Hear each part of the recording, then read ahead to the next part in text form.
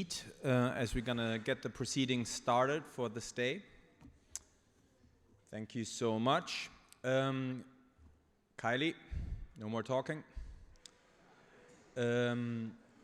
Yes, so hello everybody, my name is Robert Mertfeld. I'm absolutely delighted to welcome you all here today to the New Approaches Conference. It's the third year that we are hosting this event.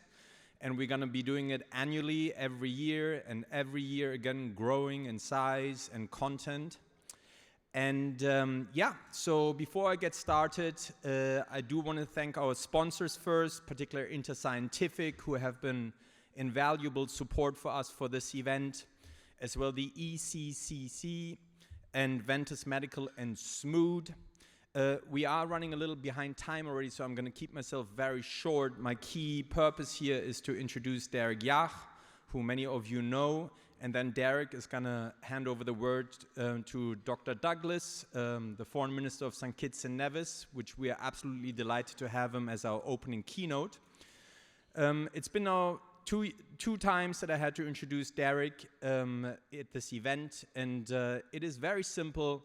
For anybody who doesn't know Derek, Derek is a relentless fighter in order to fight the tobacco epidemic.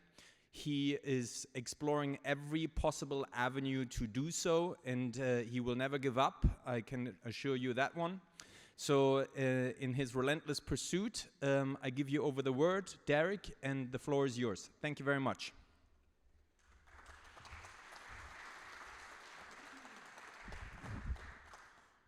Thanks, Robert, for that very warm welcome, and wonderful to be back here. I always feel like we should have a moment of silence for the beautiful elephant who was sacrificed for all of us. I think I'm going to jump in, and there are many ways always of saying, are we making progress or aren't we making progress? I think this is an opportunity to really look at substantial progress, and over the next few sessions, I know that we're going to hear about stories of real action that will save lives and are saving lives.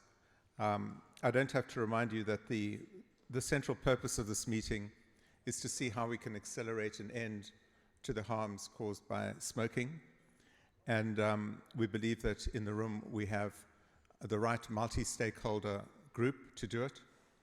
I also think that on the eve of the UN General Assembly, our approach to multilateralism and multi-stakeholder approaches is in fact the very central theme of the UN General Assembly this week. And we can demonstrate through our actions the power of private-public engagement on science, research, and policy, the critical role of civil society, the fundamental role of consumers, reminding us that nothing should be for them without them being intimately involved, as well as the important role of starting to think long-term about the impact that we can have on people's lives over the next few decades, given that this is a chronic epidemic. There are many welcomes I will give in the panel as I introduce them. I do want to give a very warm, special welcome to our friends from China, representing ECCC. I was really excited when I met Mr. Ao and his team in Dubai not so long ago, and struck by the deep commitment that he and ECC has to address what is often seen as one of the bigger issues, stopping youth access and promoting environmental sustainability. And I know that later in the day when we hear from him, you all will be inspired, recognizing that the work that they undertake represents hundreds, if not thousands, of companies that form the basis of so many of the products we have around the world. If they succeed, we all succeed and people's health improves. One or two comments on progress. We recently heard from Tim Phillips from Tamarind Intelligence, how we now have 110 million users of vapes, heated tobacco products, and nicotine pouches in the world. That's the legal number. We know that the illicit number will be substantially higher. an industry now worth $65 billion and growing fast. We've seen fairly dramatic growth in the heated tobacco products across particularly the APEC countries, part of Eastern Central Europe. We've seen vapes expanding very quickly in Europe, in the US, Canada. And we know that nicotine pouches are set to grow at extraordinary rates, even if you discount some of the more optimistic views over the next few years. I was also privileged in Dubai to see one of the newest additions to the harm reduction category that it will affect 100 million users, namely the e-shisha. And I suspect that we'll be hearing a lot more about that, meeting hopefully the same criteria and standards that we have for vapes. So on the product side, the consumers are voting to use these products because they want to improve the quality of their lives. We know that the science has got much stronger, both the public quality of science, funded through very large grants through the NIH, FDA. I was very excited at the TSRC meeting in Atlanta recently at seeing not one, but many what are called actual use studies, following up people using either a nicotine pouch, a heated tobacco product, or a vape, to see what proportion of those people switch completely to those products and how they've cut down on smoking by over 50%. And if I put on my hat as a medical professional and public health person, I could have been in a room listening to pharmaceutical medication results from studies, except that I think the results were probably better and probably more sustainable. So what I'm saying is that we now know that nicotine replacement therapy and many of the other drugs are not achieving the same levels of outcome for the smoker that we are seeing with vapes, nicotine pouches, and heated tobacco products. And while we all want more research, I think we should be fairly confident that the data we have on the table today is already going to have a massive public health impact. On the government regulatory side and the role of WHO, I could wax long and tediously on this, which I won't. I'll rather also dwell on the fact that I was struck in the Middle East by the reversal of bans and prohibitions, and many of the progressive approaches governments in the region are taking, particularly Saudi Arabia, UAE, Egypt, where we are seeing an expansion and greater availability of a wide range of harm reduction products that will eventually have an impact in parts of the world where smoking rates among men often exceed 40 or 50% in the case of Jordan. I mentioned as well that we have the ECCC with us. We're also very thrilled to have Tony Abboud representing US vaping associations. And I was struck over the last year by the way in which the UK Vaping Association has really led not just the UK, but I would say the world, in showing how well-focused efforts of vaping associations can play a role in improving youth access and in reducing the environmental issues around disposables. I hope we'll see a lot more of that. So today, we have a chance to build on this progress. And it's my very profound pleasure to introduce the Right Honourable Denzil Douglas from St Kitts and Nevis. People know that that is one of the most beautiful parts of the world, and I hope you, like me, I've been there, appreciate it. But it's not just known for its beauty, it's known for the quality of the intellectual leadership that it provides in many fields, including many years ago when Dr. Douglas led the work at CARICOM on HIV/AIDS, getting the Caribbean group to apply what we would expect to define as harm reduction principles to address the big problems of HIV/AIDS successfully. He has an extraordinary, illustrious career, and I was pleased that we both share a mentor in Sir George Lane, who rose to become the head of PAHO. At the time was also at the West Indies University. He became the Prime Minister of his country and is here serving as the foreign minister. Very importantly for this meeting, Dr. Douglas was present in Panama at COP10, and really I think was one of the people trying to say that we really need to find a way to make progress through using harm reduction to complement the existing approaches of WHO. So with that introduction, Dr. Douglas, really wonderful to have you join us. Thank you.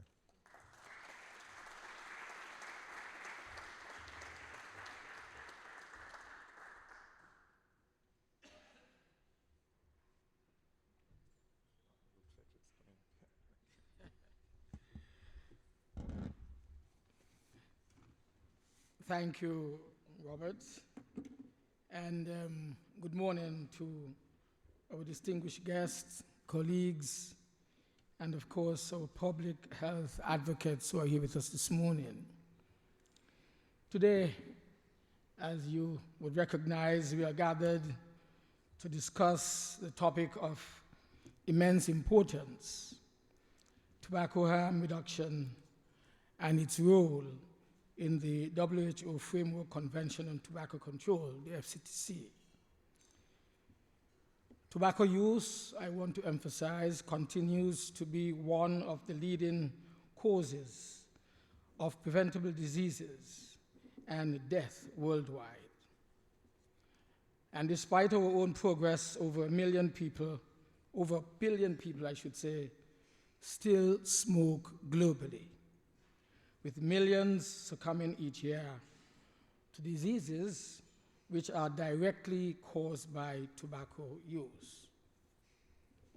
My views, they are significantly impacted from a confluence of experiences which a moment ago would have been outlined by Robert. Firstly, I'm a medical doctor by professional training, practiced for many years with several clinics in St. Kitts and Nevis, and also in Trinidad and Tobago, where I did my own internship. Secondly, I spent many years as the Prime Minister with lead responsibility within the Caribbean community on matters pertaining to health and, well, health issues, I would say. Thirdly, I've had the opportunity to work with the Bill Clinton Foundation, where we were able to successfully spearhead the Caribbean region's approach to HIV/AIDS. And that, of course, was at a time when there was great uncertainty with regard to the economic development and future of the 15 Caribbean territories of the Caribbean community, and when we were trying to map out an economic development path in the middle of this pandemic, most of our countries, of course, being tourist hospitality-related services. Therefore, it was my considered view that as we review the principles of the WHO FCTC, it's essential to recognize harm reduction as a core element in our fight against the tobacco epidemic. Harm reduction, I emphasize, is not compromising our commitment to reducing tobacco use. Rather, it is a pragmatic, science-based approach that complements existing tobacco control measures by minimizing the health risk for those who are unable or unwilling to quit. At the core of this approach is a recognition of the dignity and the humanity of every single smoker, addict, or user, I would say, of tobacco. Let me look at a few important areas. Firstly, how do we define harm reduction for our context? Harm reduction refers to the public health strategies that are aimed at minimizing the negative health impacts of behaviors that pose significant risk to us. In the context of tobacco control, harm reduction focuses on reducing the harm caused by smoking, particularly for people who continue to use nicotine despite understanding the risk of smoking. The WHO defines harm reduction as policies, I quote, policies, programs, and practices that aim to reduce the health, social, and economic harms associated with the use of harmful substances, end of quote. For tobacco, this means promoting less harmful alternatives to smoking combustible cigarettes, such as nicotine replacement therapies, the NRTs, e-cigarettes, and heated tobacco products. Let's be very clear here. The best option for health is to quit smoking entirely. However, we must also acknowledge that quitting is incredibly difficult for many of our smokers. Harm reduction provides a critical alternative for those who are not ready to quit but are willing to switch to less harmful nicotine delivery methods. Secondly, let us look at harm reduction within the WHO context. The WHO Framework Convention on Tobacco Control, adopted back in 2003, was a landmark achievement in global public health. Its goal was to reduce the devastating consequences of tobacco use, of course, through a set of coordinated strategies, including taxation, advertising bans, health warnings, and smoke-free environments. While the FCTC primarily focuses on prevention, cessation, and protection from tobacco exposure, harm reduction is implicit in several of its articles. And for example, I quote, Article 14. It encourages governments to promote cessation programs and support people who want to quit smoking. Harm reduction tools, such as e-cigarettes and nicotine replacement therapies, fit squarely within this framework, offering smokers options that reduce their own exposure to harmful chemicals found in combustible tobacco. Article 9, I make reference to as well.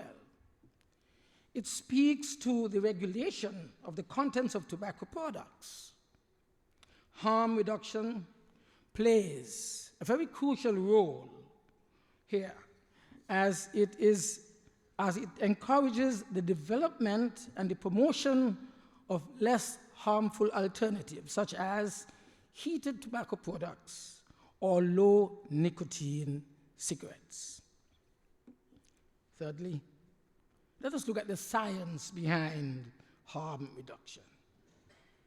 Research clearly supports the harm reduction potential of non-combustible nicotine products.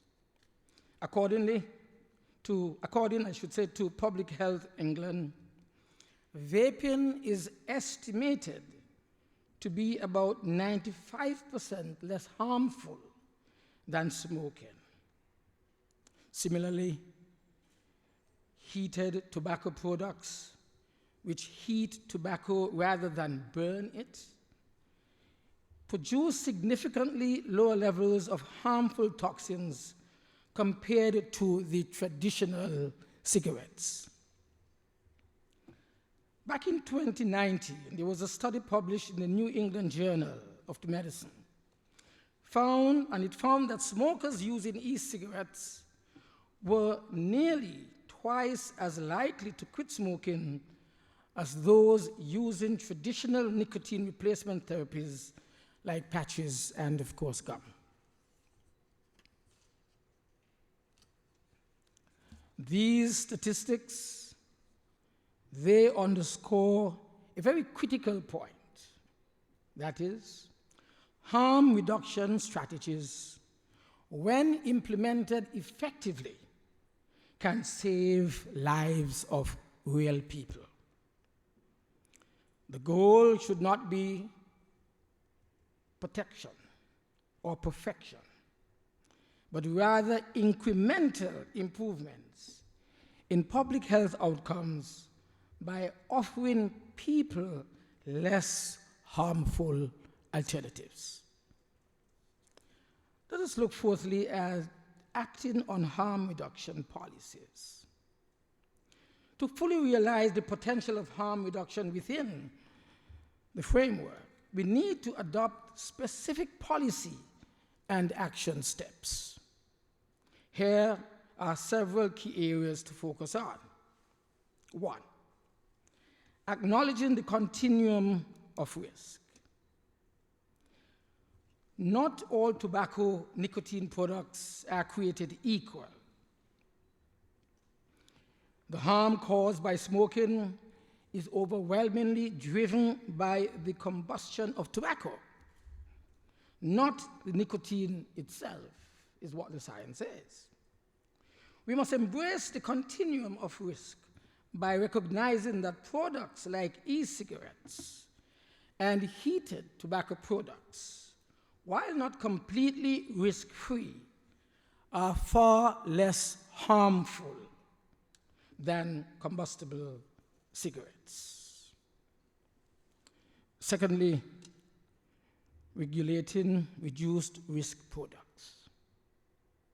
Harm reduction requires careful regulation to ensure that reduced risk products, they are safe, effective, and accessible to current smokers. Governments should really regulate e-cigarettes, heated tobacco, and other alternatives in a way that balances the need for safety with the need for access. This includes product safety standards, clear labeling, and restricting marketing, in particular to our youths. Another important measure is taxation and incentivization. It is a considered view from an international trade perspective that differential taxation can be a powerful tool to be used. By taxing traditional cigarettes at higher rates than reduced risk alternatives, governments can really create economic incentives for smokers to switch to less harmful products.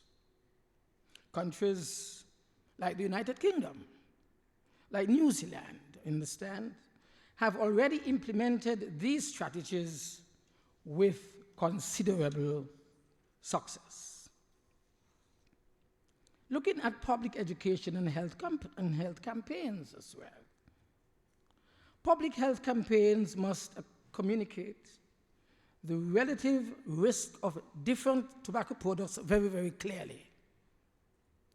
It is not enough to tell smokers to quit. We need as well to educate them, educating them on the harm reduction options that are available to them, ensuring that smokers understand the reduced risk of products like e-cigarettes and nicotine replacement therapies can encourage them to make safer choices in this regard. Equitable access to harm reduction also is a consideration. Harm reduction must be accessible to all populations, including low-income communities and marginalized groups who suffer disproportionately from tobacco-related illnesses. Governments should ensure that harm reduction tools are widely available and affordable as well, particularly in regions where smoking rates are high.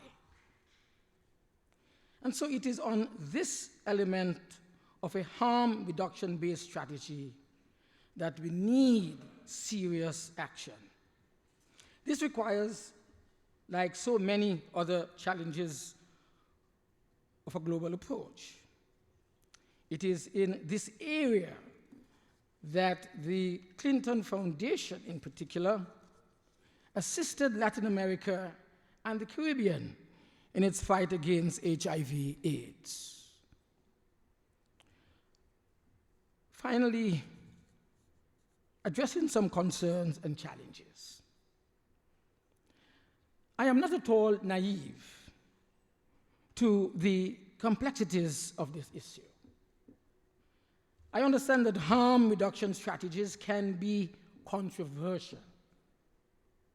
Critics often express concern about the potential for youth uptake of e-cigarettes or the perception that harm reduction normalizes nicotine use.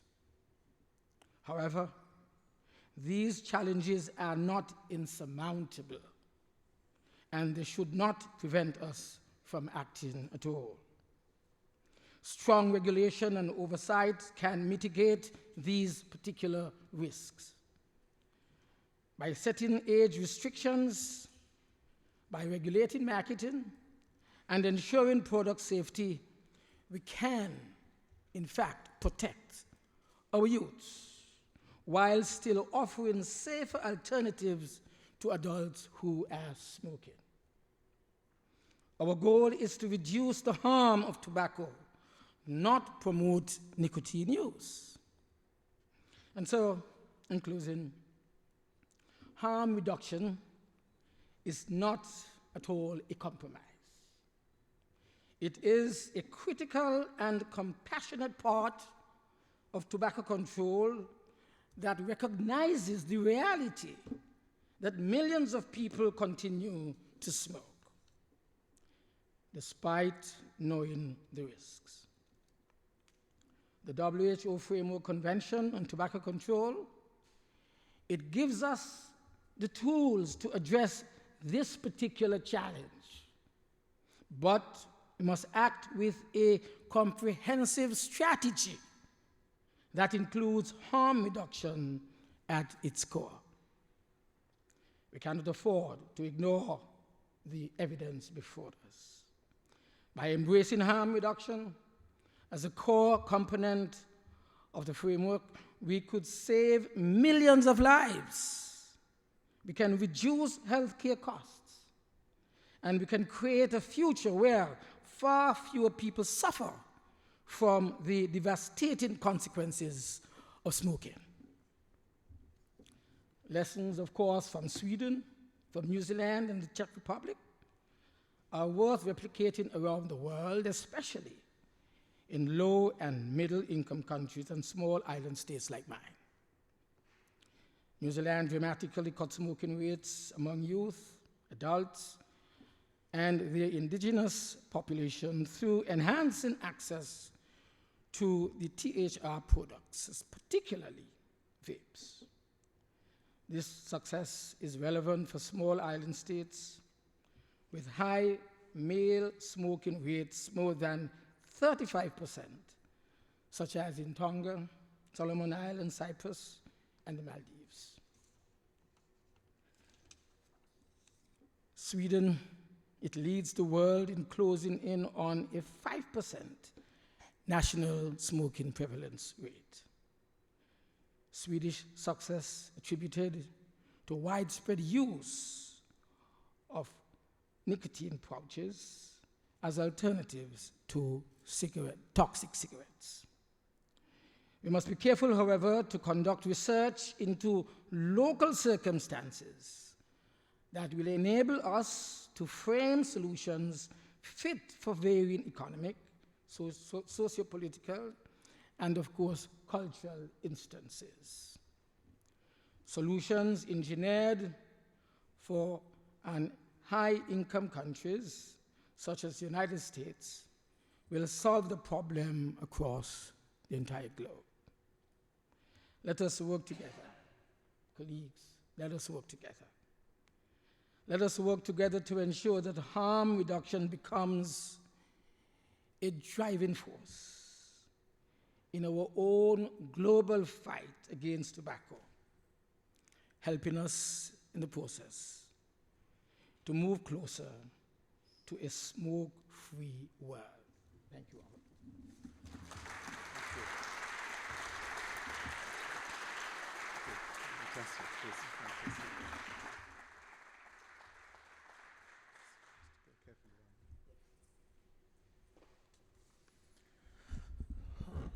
Well, I don't know what you all think, but I don't know that I've ever heard such a senior government official lay out the case for harm reduction and tobacco control with such clarity, based on a science and medical approach, and the use of the word compassion. And that link between science and compassion, I think, is what is at the heart of the philosophy of harm reduction. And I know we'll hear a lot more about this when Jindřich speaks to us about the Czech Republic's experience. So, Right Honourable Dr. Douglas, again, thank you deeply. I think we all appreciated it, and I know that these words will have big impacts around the world. Really much appreciated.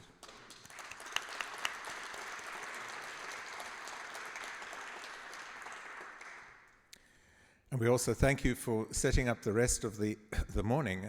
In fact, I think the folk from Sweden and New Zealand and Czech Republic can go home now. I think you did the job for them. But we are going to continue to be privileged. And let me introduce Jindřich Vobořil from the Czech Republic. When I started first visiting Prague many years ago, first of all, those who have not had the chance to visit Prague, it is probably one of the most beautiful cities in the world, and certainly in Europe. But underneath the beauty is a deep commitment to the rights of all, a long historical legacy of mixing arts and science, of cultural diversity, and religious tolerance, all of which explain that harm reduction doesn't just arise out of the blue, it arises within the culture of a country. And Dr. Vobořil has led, through the Office of the Prime Minister, a strategy of the government that has truly integrated tobacco harm reduction into the general strategy of the government, which is to address harm reduction. And it's a pleasure to have you address us.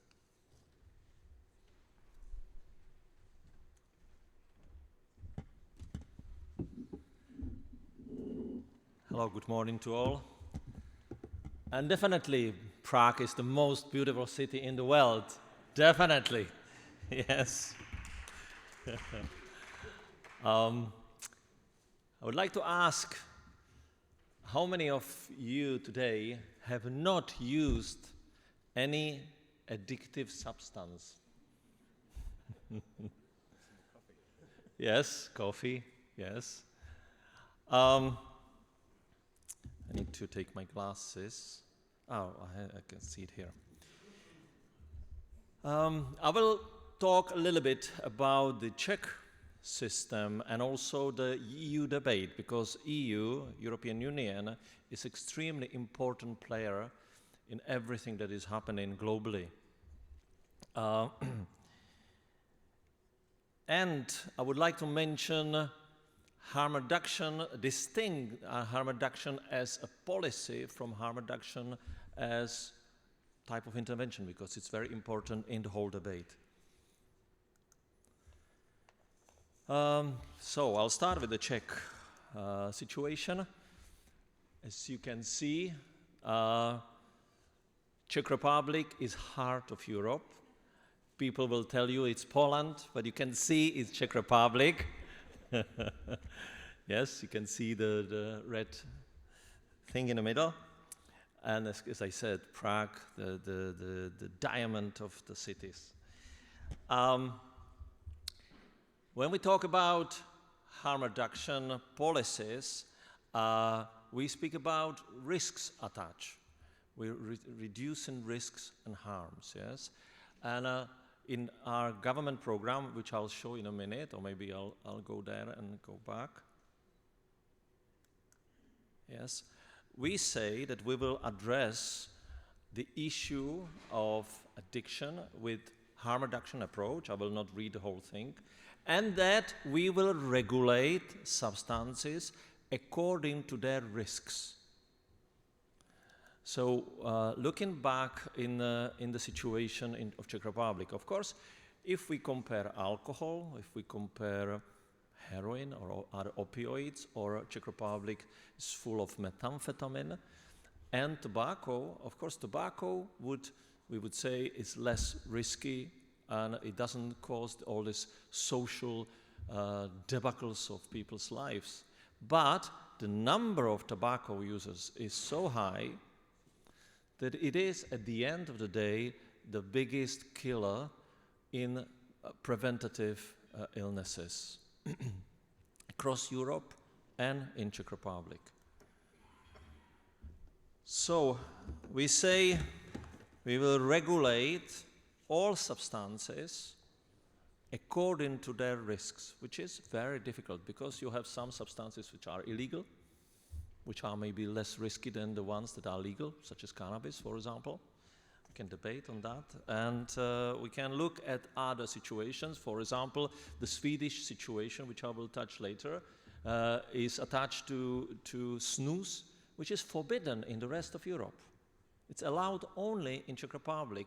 The European regulation, when it was established, said not allowed to all other countries, and Sweden fought for their own company, which is important to mention, why it happened, that it was a company established in Sweden called Swedish Match, and Swedish Match produced snus, so they said, no, we want to keep Swedish Match. And I remember at that time, we had a lot of long arguments about harm reduction in other issues, other substances, and Sweden was very much against harm reduction until they came to the tobacco situation and said, okay, we need to endorse harm reduction. And most of the countries come from harm reduction in drugs, moving towards harm reduction in tobacco, and Sweden went the other way around because they saw the data. So it's so clear. We say that, this is incorporated in our action plan and our national strategy. This curve says that you have on one side the prohibition, and on the other side, fully unregulated liberal market. Both sides are attached to a lot of risks, and we can see what actually works in reducing risks. It's not prohibition, and it's not a fully liberal market. It's some type of clever and well thought through, scientifically based regulations. Why I'm mentioning it, I think it's quite important because all these ideas of world free of addictions, it's not realistic. We know it's not realistic, and it's not even healthy. If we were not built with ability to be addicted to things, we would not exist.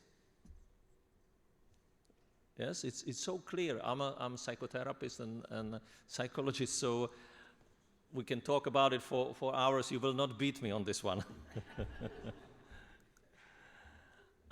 So this is how Czech Republic government decided to look at it. We say we will integrate policies, harm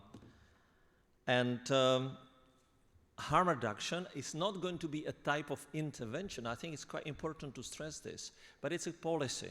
As you mentioned, my colleague before me, Mr. Minister, spoke about what WHO says, that it's also a policy. But in fact, in the whole debate, the denial of harm reduction in tobacco is based on, well, it works in drugs, because it's a type of intervention. We exchange needles, people avoid HIV and hepatitis. But with tobacco, it's the rhetorics of the tobacco companies. Yes, it is a rhetoric of the tobacco companies because we regulated them and regulated them and regulated them until they had to come up with something sensible. We know the tobacco companies were lobbying for deadly cigarettes in such ways that they would claim that tobacco reduces asthma, reduces or lung cancers, etc., etc. Yes, but now the situation is very different. The tobacco companies come with sensible policies because we regulated them. So why we should beat them for that? We should cooperate in this matter. We say that the Czech policy should be, and we said this is the principles, yes, but it's so difficult, evidence-based. I mean, we speak about evidence, and we look at the same evidence and we interpret it two different ways very often. Balanced, as we talk about on one hand the total free market, and the other hand the total prohibition. So we should come with something balanced, because abstinence doesn't work. The idea of total abstinence doesn't work. The idea of free market, totally free market, has some risks attached. Coordinated and integrated. So we said at the very beginning, we will not look at addictions as different things, like here is a heroin, here is cannabis, here is gambling. It's the same behavior. It's the same situation. We only have substances or products, because we also talk about gambling, with different risk attached.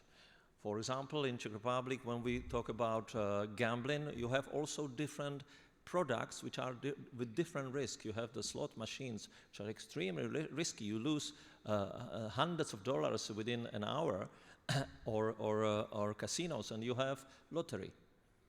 So you have different situations. And the same thing we have with tobacco or nicotine products. It has to be realistic. That's a very difficult one.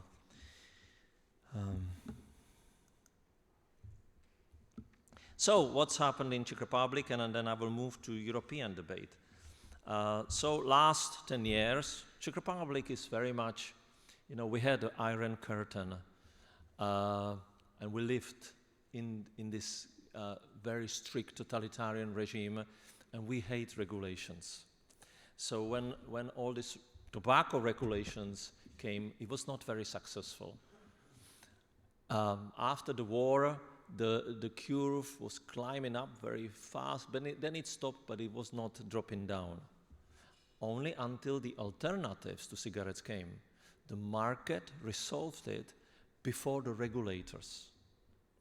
Yes, as I said, we regulated tobacco companies so much, so they came with a product which actually work. So now we have the decline of the tobacco, the cigarette smoking, and the results of last 7 years is so fast. Dramatic drop by half of lung cancers. And I can go on with other results, which is unbelievable. It's very difficult to put this case forward, because there is always a lot of industrial interests against it, including some pharma companies. I didn't want to say it, but I have to.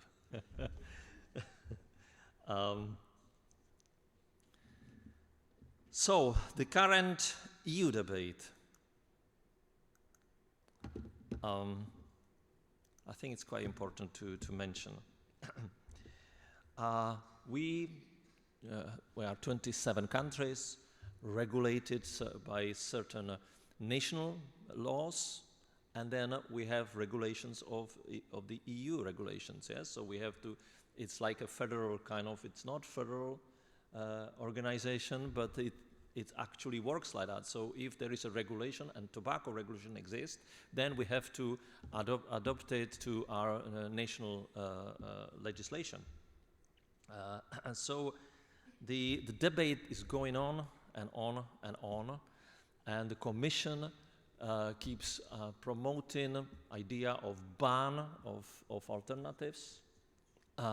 And the debate, as I said at the beginning, was, well, this is a tobacco lobby.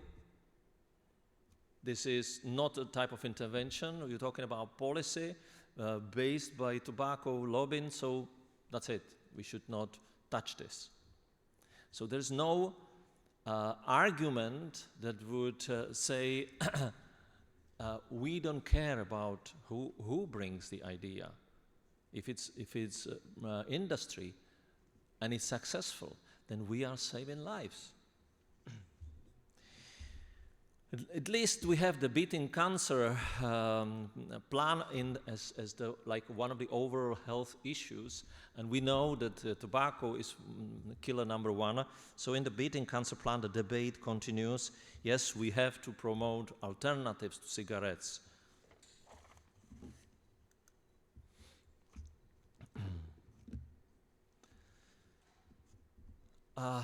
I don't, because I think I need to be a little bit shorter than so I will cut a little bit, yes?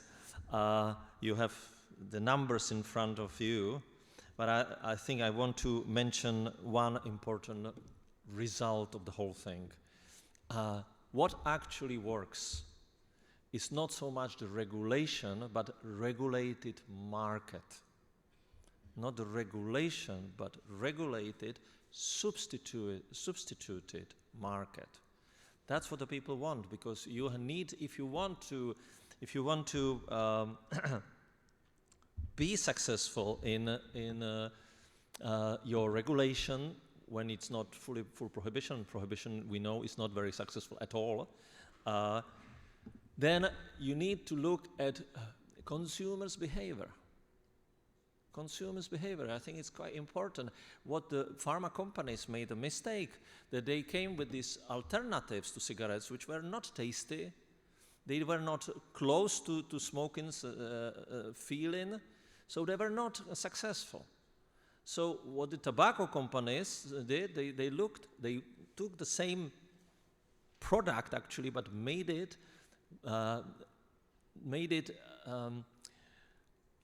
appealing to consumers. I think that's the only option. Now the pharma companies started learning from it and started having products which are more appealing and more interesting for the consumers. But they are very angry with the tobacco because they took their market with the tobacco companies. So I just want to summarize that, yes? Harm reduction should be a policy, not only intervention. It should be the approach, policy approach, overall policy approach. Still we have a debate whether we have one of the pillars, harm reduction, another pillar is abstinence. No. Abstinence is part of harm reduction. The overall policy should be harm reduction, because that's the only thing that we can do. We can minimize harms and risks, because the people's behavior is a people's behavior. As I said, we can argue that for hours, and I will not lose the debate. Regulating products according to their risks. And then again, we have different kind of products, nicotine pouches, we have heated tobacco, we have electronic cigarettes, we have the cigarettes as such. So I think we should regulate, and that means taxation, for example, not only you allow or not allowing advertising. You have to look at a whole thing of how we regulate. And I think that what is important, the debate of missing data. This is, I have to say, is so frustrating that in European Union, countries such as Germany or other countries, which I don't want to name, with the richest countries in the world, claiming for decades, we don't have enough data, so we should not do it. So how rich are we not to have the data already if we know it can save 1% of lives? I'll come back to it again. The example of Sweden, yes, that we talk about it, and I want to, because I don't want to go again through details of it, and I mentioned the Swedish example was not a government policy. It was not a government policy making decisions, we will promote snus because it will save lives. It was people's movement. People wanted it. People were used to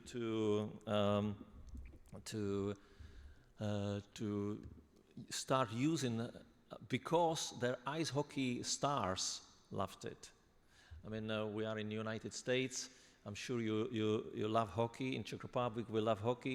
In ice hockey, it's the sport. In Sweden, it's sport number one. When the biggest stars, ice hockey stars, started using, instead of smoking, started using snus, that was it.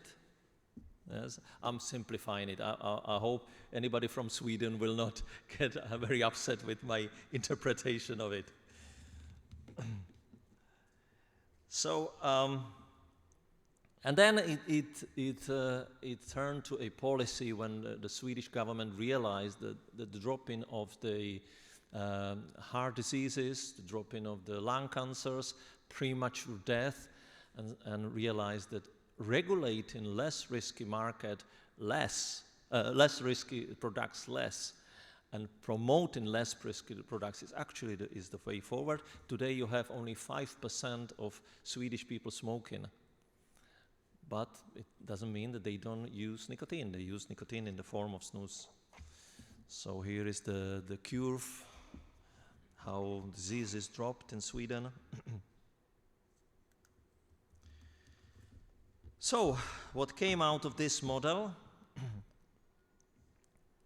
Yes, we have this sentence, beautiful sentence, policymakers should be able to design comprehensive policy, which whatever it is, solutions that facilitate harm reduction for smokers while facilitating health protection for adolescents. And I want to allow me to have one more minute on this one. We always take children as hostages. So we want to ban flavors because children like it. And I always ask, did we ban selling it to underage? So what is it to do with ban flavors? We take children as hostages with all kind of substances and regulations without actually enforcing the law, which is the first one. Okay, we ban to sell to the underage, and then we educate the underage. And alternative nicotine products should be regulated in terms of toxicity, attractiveness, marketing or promotion in an effort to minimize the use of these products by adolescents while providing smokers with the means to switch completely to less risky alternatives. And I would like to add, not only to switch, but also maybe some people should start, we should promote, rather than start smoking and switching, to start with less risky. I know it's a complicated debate, but it should be there as well in the whole thing.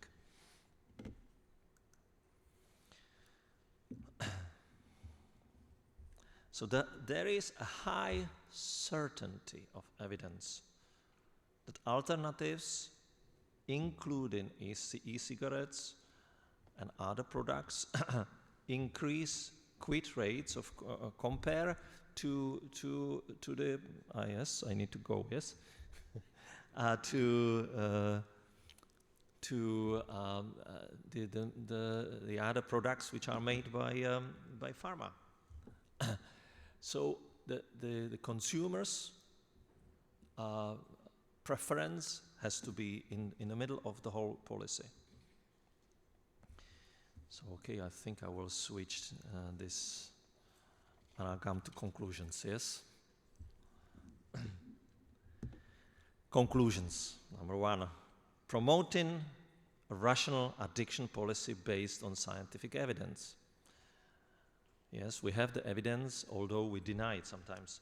Preventing and reducing health, social and economic harms is recommended as the overall policy approach. Use substitution effect, such as pricing strategy, for example, to create a substitution market with less risky products. Pricing strategy, what we have is excise tax, for example. Put money to research in reduction harms posed by combustion tobacco and taking into account on ongoing innovative possibilities. I think this is so important, as I said, how irresponsible it is to speak about we don't have enough data, so let's put the money in the research. Do we think it can save life? Maybe it can save 2%, maybe we save 20%. We have to put money in research. And we have to push alternatives forward. If we are not happy with the current alternatives, let's create new ones that put money in research. I think it's important to mention one of the last things, be aware of the growing illicit market. Yes, I think this is very much untouched in the whole debate. Now we have a problem in the European Union. Last 5 years, 100 new factories of illicit cigarettes were built. It's all attached to international, global organized crime and to certain governments. And to terrorism. I know it sounds like a spy theory speech, but we have to be aware of it. Sometimes we have to look at it, and maybe the money flowing from the whole thing is more risky than the tobacco and drugs itself. Money laundering and illegal production can be replaced by substituted market if we regulate well enough. So final statement, I've been long and I doesn't want to move. As I said already, if there is 1% chance that harm reduction may save the lives of millions, then not investing money into research in this direction is an irresponsible excuse. Thank you for your attention. Was that too long? It was great. Thank you.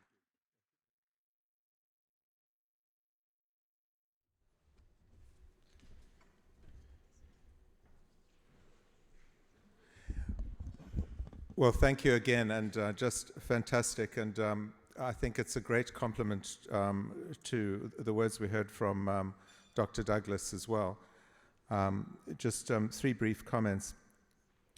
First, I think that anybody who reads Kafka will understand how the dilemma that the European Union finds itself is could have been written by Kafka in Prague all those years ago. And listening to the complexity of what happens in the European Union is probably best understood by reading his book, The Trial, which is where we got many of the ideas about a Kafkaesque society from. I mentioned that a number of us have been working on a report to look at the importance of harm reduction in the context of the Czech Republic. And I'm pleased to say that that report will go live later today. The key findings are that while we are seeing a slowdown or drop in smoking, we still have 16 or 17,000 adults who die of smoking-related deaths every year in the Czech Republic. The work that we did showed that applying tobacco harm reduction programs, providing better access to them, alongside better cessation and treatment of lung cancer, could bring that figure down to under 5,000 a year within the next few decades, saving almost 280,000 lives of people in the Czech Republic over the next few decades. The details will be in the report, and you should be able to access them. The central point of the actual piece is also to highlight the fact that the Czech Republic is doing it through an integrated approach to harm reduction, something that we believe is best done in every country around the world and echoed by Dr. Douglas earlier today. Finally, Dr. Vobořil stressed the importance of long-term research. Later in the day, I'll give a summary of a major review of tobacco harm reduction research carried out over the last decade. And it makes the same point that he does, that we need greater investment in long-term research, and we would argue it needs to be done in collaboration between the private and public sector, using a lot of the advanced science tools that we now have available. The report will also show the huge discrepancy between the investment in research, literally in a few countries, a handful of countries, compared to the vast majority, particularly low middle income, but also across Europe, where the investment is extremely low, given the yield that it would have for better health. So again, thank you very much. And now we start turning to two actual examples of seeing this progress in reality. The first is Marewa Glover from New Zealand. We've heard a lot about New Zealand, and it's now a chance for Marewa, who's spent her life's work focusing on trying to bring the rates down. Tell us what has been the progress in New Zealand. Thank you.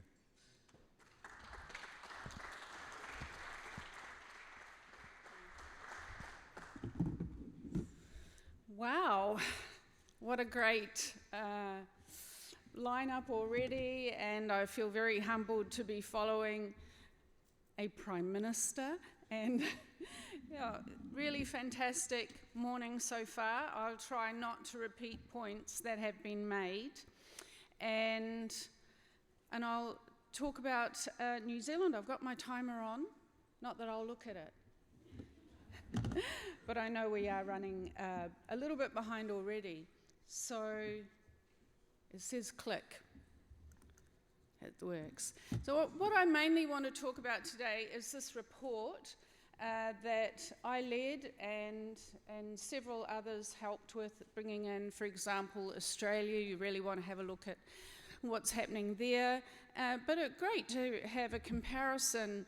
It's kind of like a little trial. We've got New Zealand doing one thing, and just 3 hours by plane, Australia doing a completely opposite thing. And, you know, fairly similar cultures and been very competitive in this space. So as Derek mentioned, I've been doing tobacco control for 30 years. When I started 30 years ago, Māori, I'm Māori, and the indigenous people of New Zealand, our smoking rates were 50%, both men and women. In fact, Māori women had higher smoking rates than Māori men, which is a very unusual situation globally.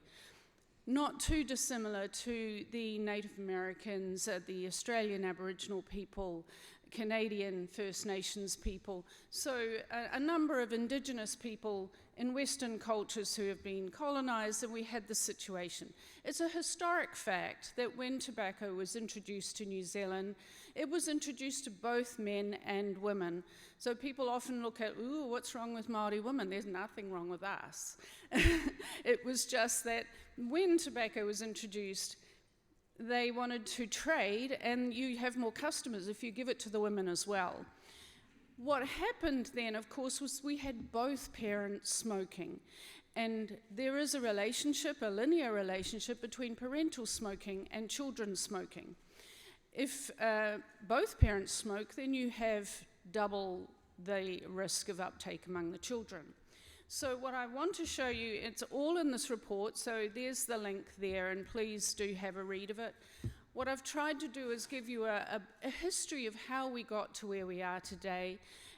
New Zealand was one of the first countries in the world to introduce a comprehensive tobacco control legislation in 1990, before the Framework Convention on Tobacco Control, and I got to go to some of the meetings talking about that framework, and I remember Derek walking around like a god, you know, like big room like this. It was like, oh, there's Derek, Yach, and he said, you know, New Zealand's already out there and leading, and don't let it be the ceiling, you know, but we're sort of sitting there like, well, we've already done that, we've already done that, we've already done that. I never thought that I would get to see where we are now. and very proud to show you these results. So this is daily smoking, 15 years and over, and we have vaping prevalence there as well. So this is over the last decade, and this is averaged across the whole country. So the New Zealand European population are the majority, and then we have Māori, we're about 17% of the population. Then we have Pacific Island peoples that come from about 8 different nations. So we have the largest population of Pacific Island people in the world in New Zealand, if you put them all together. And then we have a much smaller, actually they're not anymore small, 15% Asian, but that's lumping together people from India and China and Southeast Asia. So 16.4% daily smoking prevalence a decade ago, down to 6.8% at the end of last year. And I'm really amazed that we have managed that, and in a very fast time. If you look there at, I think it's quite hard to see from here, isn't it? So what happened, you see vaping. The first time the government monitored vaping prevalence was 2015-16, and then there were a few, they didn't quite understand, the questions weren't very good, so they had a bit of a break and then started again. Vaping actually was introduced into New Zealand.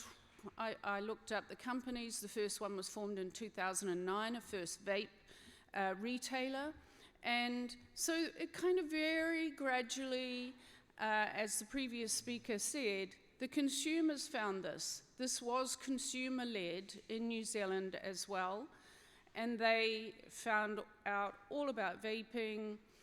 We travel, and they picked up vaping overseas and here in America. And we had people who smoked, who quit via vaping, set up shops, vape shops. They set up manufacturing facilities. So we have, actually, they are Māori men who set up they make e-liquid, and they're still very successful companies in New Zealand, exporting their e-liquid. And so in some ways, and I was involved as well in advocating for, first I was advocating for snus with a group I was involved with. We didn't get snus, and then along came e-cigarettes. My mentor, Dr. Murray Logerson, he was the first person in the world to do a trial on the Ruyan cigar-like cigarette. So the first trial on an e-cigarette in the world. And we began lobbying for vaping. So I was involved in lobbying. It took a lot of effort to educate people about vaping. And meanwhile, the consumers just quietly went about sharing this with everyone. I mean, I met one guy who unfortunately has passed now. He got throat cancer, so he did quit for a while, then came to America and found vaping. He actually relapsed to smoking by then. And in his life, the rest of his life, and I'm sure it was extended because of his switching to vaping, he personally, just in his day-to-day life, switched 90 people. Every person who quit via vaping in New Zealand has done that. Everybody has shared the knowledge and encouraged family and friends, even some doctors who were smokers and switched. Even some doctors who didn't smoke were encouraging family and friends to switch to vaping. So we had a lot of people who were in the profession, who were encouraging family and friends, and it just spread. In some ways, the horse bolted before the government could even get their head around what this was, before the pharmacy-backed NGOs started lobbying against vaping. We were already out the gate. And in that sense, similar to the Czech Republic, the government is behind, and they need to regulate this. Banning was really out of the question at that stage. So you can see in the stats, it doesn't look like a lot of people, 2.8%, then it goes up to 3.5%. The point at which it really steeply curves up there is when the government regulated vaping. And the government not only regulated vaping, making it legal, they also ran a mass media campaign encouraging adults who smoked, if you can't quit any other way, please switch to vaping. It's 95% safer, etc. And they also set up a website called the Vaping Facts website, and I encourage you to have a look at that. And they address the myths. There's a lot of misinformation in that website. So you've got the government encouraging the public to switch. And that's where you see this really steep rise in vaping and correspondingly a steep drop in smoking prevalence. Much steeper than I expected, and smoking's down to 6.8%. I really think we could get to 5% when the government puts out their statistics later this year. These are Ministry of Health statistics. Now, the other point I want to show you here, and I have read a lot of literature talking about disparity and inequity, and vaping's going to increase the inequities. Not in New Zealand. If you have a look at this, I told you Māori were 50% 30 years ago, and this we were 30, I think that's 38% a decade ago, down to 17% now. Look at that steep drop, the top line there, Māori smoking dropping down very, very rapidly. And just 2 years ago, I was just overwhelmed. Māori smoking for the first time ever dropped below Māori women's smoking dropped below Māori men's smoking for the first time. That was a real turnaround. We are at the precipice. My goal when I started was if we could just halve it, and then it will go, It will drop. And I think that we're already, the horse is bolted, harm reduction is the way to go, and many countries are slowly, some faster than others, we're going that way. The evidence is now, we are at a tipping point, it is strong enough. If a government is not allowing people who smoke access to these products, then something's seriously wrong. They're not following the evidence, and it really is a political situation. You've got to look at what's happening. So see that steep rise in vaping among Māori. Part of that is that there were Māori leaders, myself and Māori leading in the industry, and many other Māori were seeing their family members, people they love, finally quitting after many, many different things. I mean, we had a very comprehensive program. High taxation, which did play a role. New Zealand's excise tax is highest in the world relative to income. And the cigarettes, $28 US for a pack of 20 now. It's been priced beyond the people who proportionately smoke. The lower lines, it's New Zealand European, and they were already down at 15%, so not as steep a drop because they're already cruising to 5% anyway. Moving on. So what we see here is that these alternative risk-reduced products will also reduce disparities in health. Just comparing with Australia on the left is an example of the New Zealand government's campaign, Vaping's Way, less harmful than smoking, part of their mass media campaign. Now look at Australia. Every vape is a hit to your health. They've gone completely the opposite way, and we have left them behind. Yay. It's always been like that, you know, New Zealand's ahead, then Australia gets ahead. We're leaving them for dead now. So, that's not very good, is it, leaving them for dead? So just as a comparison here, we have a number of countries. Sweden, we all know about Sweden at the bottom.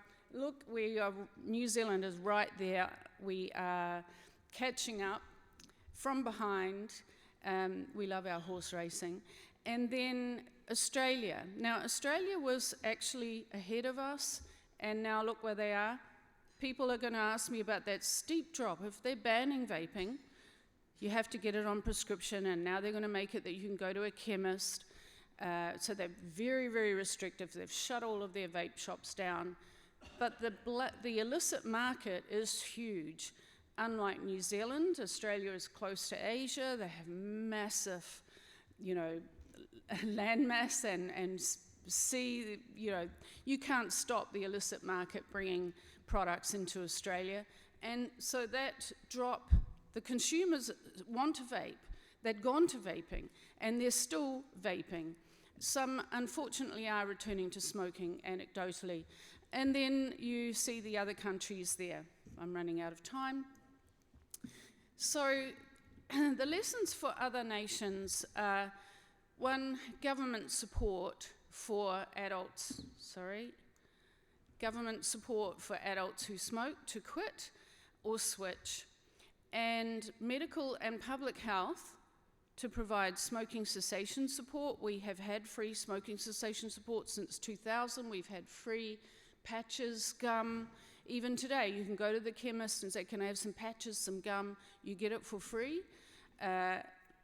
People want to vape instead. And then the government-funded cessation services, we're told, you're to include vaping and provide assistance. So that's very important as well. Obviously, we have monitoring, evaluation, and we've done a lot of trials on, e-cigarettes versus other products.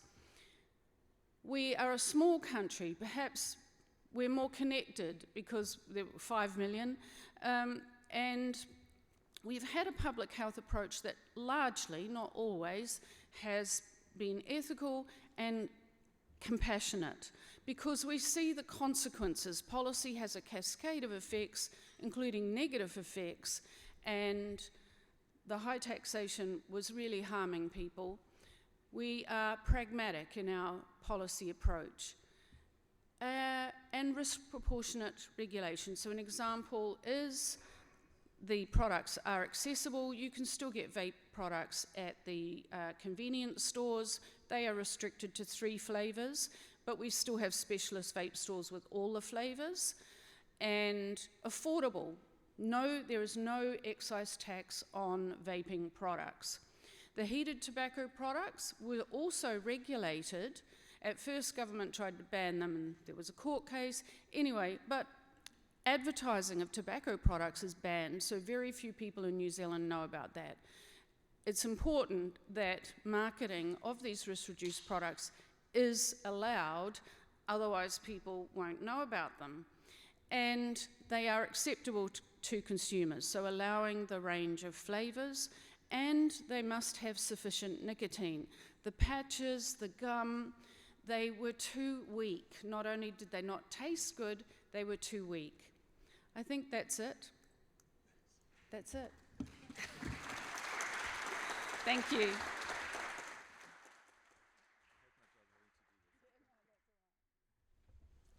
Yeah, it's the worst job in the world, having to tell colleagues to end. So before we turn to Sweden, just one very brief comment on the illicit trade, which we see is no longer just an issue of tobacco products, but is also got into the vaping, and probably we'll see it across all of the harm reduction products. And the point that was made about how this does fuel terrorism, let's never forget that the very first terrorism case brought here in the US was against smuggling of tobacco products from North Carolina to Canada, where the proceeds were going off to fund Hezbollah activities in 2001, 2002. That was the first major case by alcohol, tobacco, and firearms, and they were so passionate about it, and it was obviously such a big issue, that uniquely they came to us at WHO and asked us to host a meeting on the importance of illicit trade not only being a threat to health, but a threat to international security. This was a few years ago in this very city that happened. And now with the rise of potential illicit harm reduction products, we may very well find that we've got an additional new problem in addition to the traditional smuggled of cigarettes. Let me introduce Suli Castro.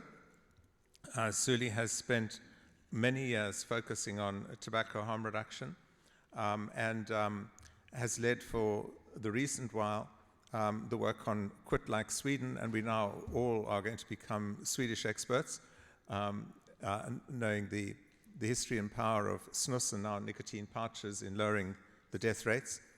I always think back to a dear friend, Lars Randström, who was in many ways the father of the epidemiology of snus and its benefits in Sweden going back 50, 60 years. He used to come to us at WHO, show us the data, and we dismissed it, mea culpa, because we said this is industry data. And every year he'd come, the data got stronger and stronger until it became so self-evident that the reason we're seeing these very low cancer rates was because the policy, not just the policy, but the practice of consumers switching. So Suli, great to have you give us the background.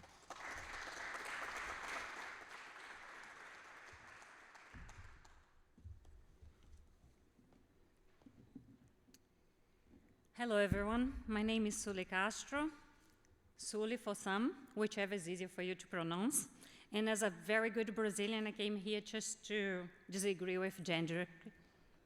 Prague is not the most beautiful city in the world. It's real, and it's not safe as Prague, but it's prettier. I'm sorry. I'm the founding director of Quit Like Sweden. Thank you so much for the organizers for giving me the opportunity to speak to such a high Q audience. And my disclaimer is that I'm not a doctor, a scientist, a data analyst, but I see myself as a storyteller. Quit Like Sweden is a platform committed to encouraging countries to adopt the Swedish experience, what we heard all about from different people today already, by complementing cessation and prevention measures and programs with alternatives to smoking. They are accessible, acceptable, and affordable. I hope you paid attention on your geography lessons. Quit Like Sweden was launched in April in Brazil and has been traveling around the world, sharing how Sweden is on the brink of becoming the first smoke-free country, according to WHO standards. And the idea behind the platform is to tell, especially those in position of power to decide for others, about about how important it is to allow people to be able to have and access choices, and most importantly, make better choices for themselves. I understand that there is no shortage of divergent opinion in this field on how is the best way forward. However, I do not believe that anybody here or anywhere else in the world would disagree if we were to experience anything near what the Swedes has experienced, are experiencing now, that this would not be a good thing, right? I hope you like my next slide. So, Sweden has been exporting good things to the world. They are known for many good things. I don't know if you tasted the Swedish meatballs, amazing. Not the IKEA one, by the way, the one in Stockholm. Music that has transcended generation. You know, one of the most acclaimed shows, we now have Mamma Mia. I'm sure that you all heard Mamma Mia or watched the movie. And innovative design with IKEA, that you probably have one in your country. However, there is a miracle product called snus that helped drastically cut smoking-related disease and is yet to be internationally acknowledged as a contribution to the fight against smoking. And that's why I'm here today, Although the use of snus is also popular in some other Scandinavian countries like Norway and gaining more popularity in Finland, and I can go into detail what is allowed, what is not allowed in those countries, but I'll be short for the sake of time here. And this product is also gaining a little bit more of popularity here in the US, has been granted FDA modified risk grant for snus. It is important to note, however, that although snus played a pivotal role in curbing smoking rate, it was the introduction of other products, like vaping products and pouches, that helped actually to diminish the gap between female and male smoking prevalence. And Marewa has just pointed out how the indigenous population usually have higher rates amongst the women, and that was also the case in Sweden. So it can be argued, I would say, that the recipe for the successful is something they already have as part of the culture. Something that I call it the smorgasbord approach. You know, Brazilians, they like to put a name on everything. The smorgasbord is offering food and dishes that tailor different tastes, different needs, different preference. And in line with that, so is the approach to alternatives to smoke. So in Sweden, it's totally acceptable, the product. In fact, I made a little video for you. I was walking around and with some friends, Dylan including, and we walked into the shop, and then I will play, and I hope you can see. So you walk in there, you choose what you like, the strength of nicotine, flavor, a combination of flavors. He pack it up and he give it to you, and it's your own tailored snus. I hope you can see.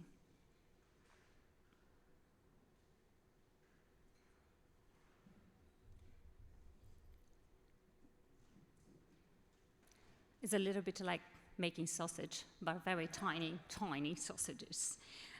It's easily accessible in a variety of ways. You can buy on stores, online, and is affordable because what is important is that price is not a deterrent, right? So the Swedish government website, actually quoting from the Swedish government website, the health effect varies greatly between snus and cigarette. Is therefore reasonable to reflect this difference in tax policies. As a result, Sweden has lowest smoking prevalence, much lower than the rest of the EU. So it is about to become the first free country, the first free smoking country. Hopefully New Zealand is right behind. Marewa is hoping that she's gonna get there first, but she's not. But we'll keep him fighting. It's a good fight. So smoking rates are 5 times lower than the average EU, and there's a staggering 40% lower cancer rates. And the next slide is just further figures that speaks for itself about the health benefits that the Swedes experience. So no wonder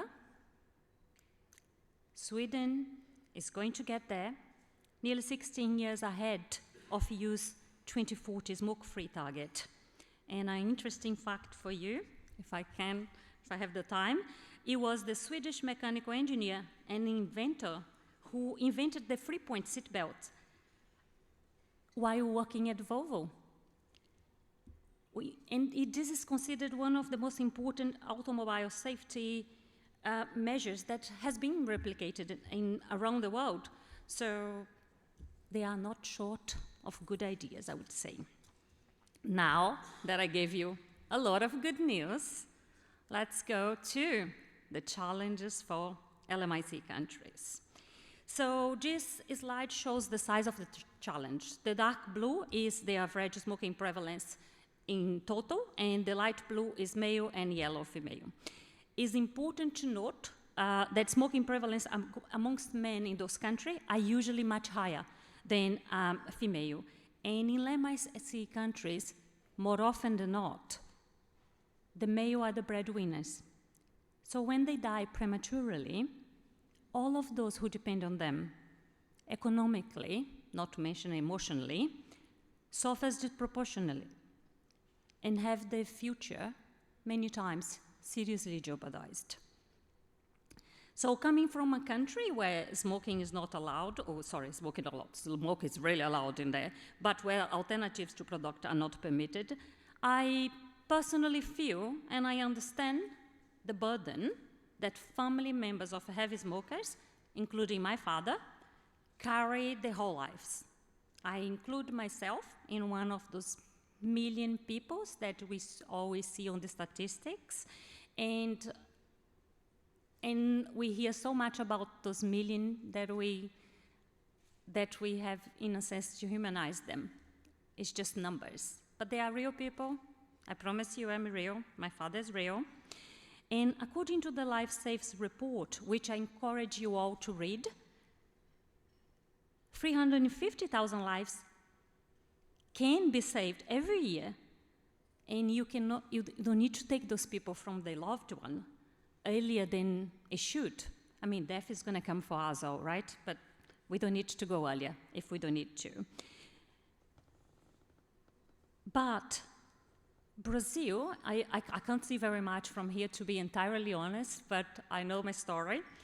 So Brazil is looking not too bad, right, compared to the other country. However, this is masking a very, very different picture in reality.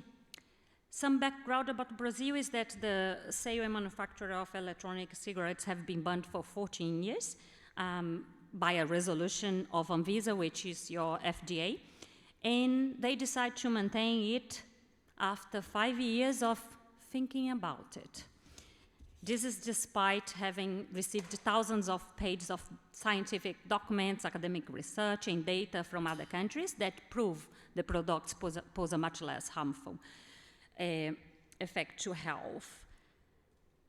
In a meeting earlier this month with Anvisa's director, your FDA, and the head of the Federal Revenue Services, Robson Barreirinhas, he referred to the situation in Brazil as enxugar gelo. Enxugar gelo is mopping up ice, ignoring the elephant in the room, herding cats, whatever you prefer. This was an analogy to say that prohibition is not effective means to deal with the alarming rates of illicit trade in the country. So quoting from Barreirinhas' own words, from the official transcript in the meeting, it is impossible to repress something so widespread, especially when society doesn't perceive it as illegal. One reason for this misperception is that it's forbidden, but you can use it. You can have it for your personal use. For instance, the apprehension there has a skyrocket. It went from 95,000 to 2.5 million, sorry. So in the last 5 years is an increase of 5,200%. Have you ever heard of that? 5,200%. So, and recently I just wanted to make the point that Jindřich was making, that in August, actually, there was an investigation that was uncovered of a large scheme that was being funded by, that those illicit market was funding recruitment to finance terrorism in the Middle East. So it is not a fictitious story, it does happen. As you can see, one country alone has many peculiarities, which only emphasize the point that in the field that we've been making all along in this field. where there is thoughtful research put in practice to identify what policies could be more impactful in terms of saving lives if LMIC countries embrace harm reduction and adopted other measures also important, such as early diagnosis and treatment of lung cancer, as identified by Derek, who is the lead author of the Saving Life reports, where those figures are from, the ones you see in the slide. So unprecedented number of lives could be saved. Can it be done? Can a country, very small, 0.13% of the world's population, I have actually Googled St. Kitts and Nevis, and I will tell you later because I can't even read that. It's like 0.0005% for St. Kitts and Nevis of the population of the world. So can a small country be a role model for low and middle countries that actually make up 75% of the world's population? Many experts believe so, and so does a storyteller from Brazil. I'm not suggesting a copy and paste approach here. Think of policies that were replicated around the world and tailored to regional and cultural needs. Alcohol policies, for instance. You have different content of alcohol, age restriction, concentration. There is always those, however, who choose to close their eyes and ban. We have road safety, speed limits, seat belts, although in Georgia, seat belts is only on the front, okay? Don't look for it on the back of the car, you're not gonna find it. But you know, you have it. Policy responses to the coronavirus pandemic. Obviously, there was various levels of restriction, but what makes me think if there is a will, there is a way, right? We all gathered together and we were able to implement policies at different ways, of course, but every country had something in place to deal with the number of lives that were being lost. It's important to emphasize.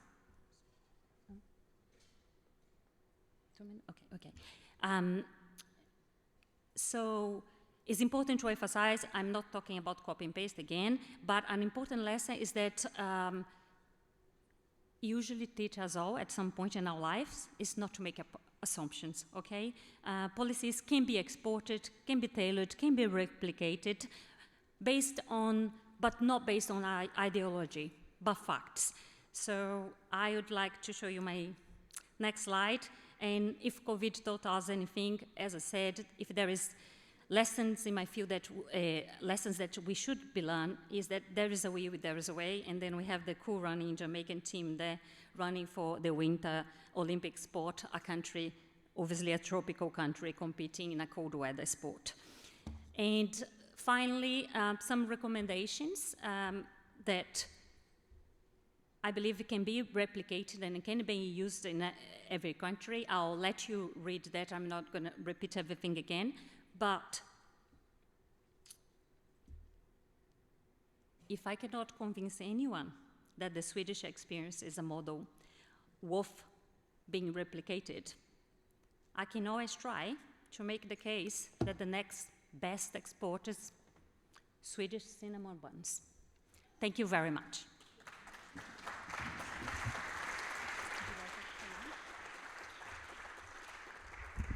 Thanks, Suli. I think one thing which I think is very important to remember is that the Volvo example has a lot more analogies. Sweden has reached the lowest injury rate in the world due to a good technology, the car, good education, good regulations.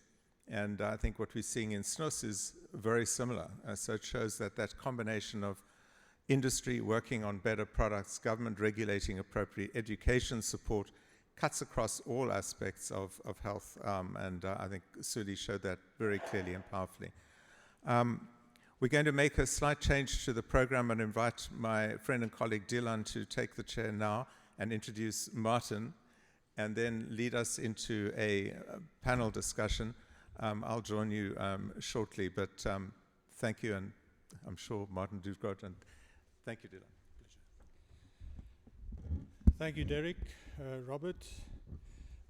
It's my pleasure to stand in for Derek. He has to nip away to address a UN event, which is very much in line with what we are advocating right at this event. But it's my pleasure then to introduce Martin Cullip. Now, Martin is a renowned and experienced consumer representative and leader who was present at the Framework Convention's COP10 meetings at the beginning of this year. And I invite Martin to come and give his reflections on that particular meeting, and especially how it pertains to life saved. Martin, please.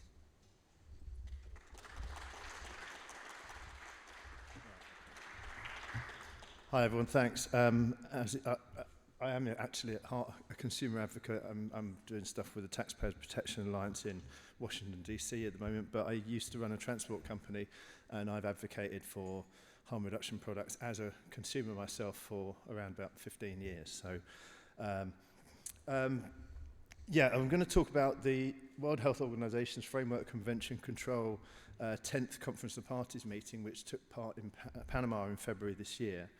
We're going to call it COP10. Everyone calls it COP10 because that's a bit of a mouthful. Now, Dr. Douglas spoke earlier about incorporating harm reduction in WHO policies, but the WHO opposes harm reduction. It's stubbornly opposed to it. Now, the way the WHO organises its FCTC treaty and administers it through the Convention Secretariat, the FCTC Secretariat, and through Conference of the Parties meetings, which happen every 2 years. And this was the 10th one that happened in Panama. So that's it. This is the COP10 agenda.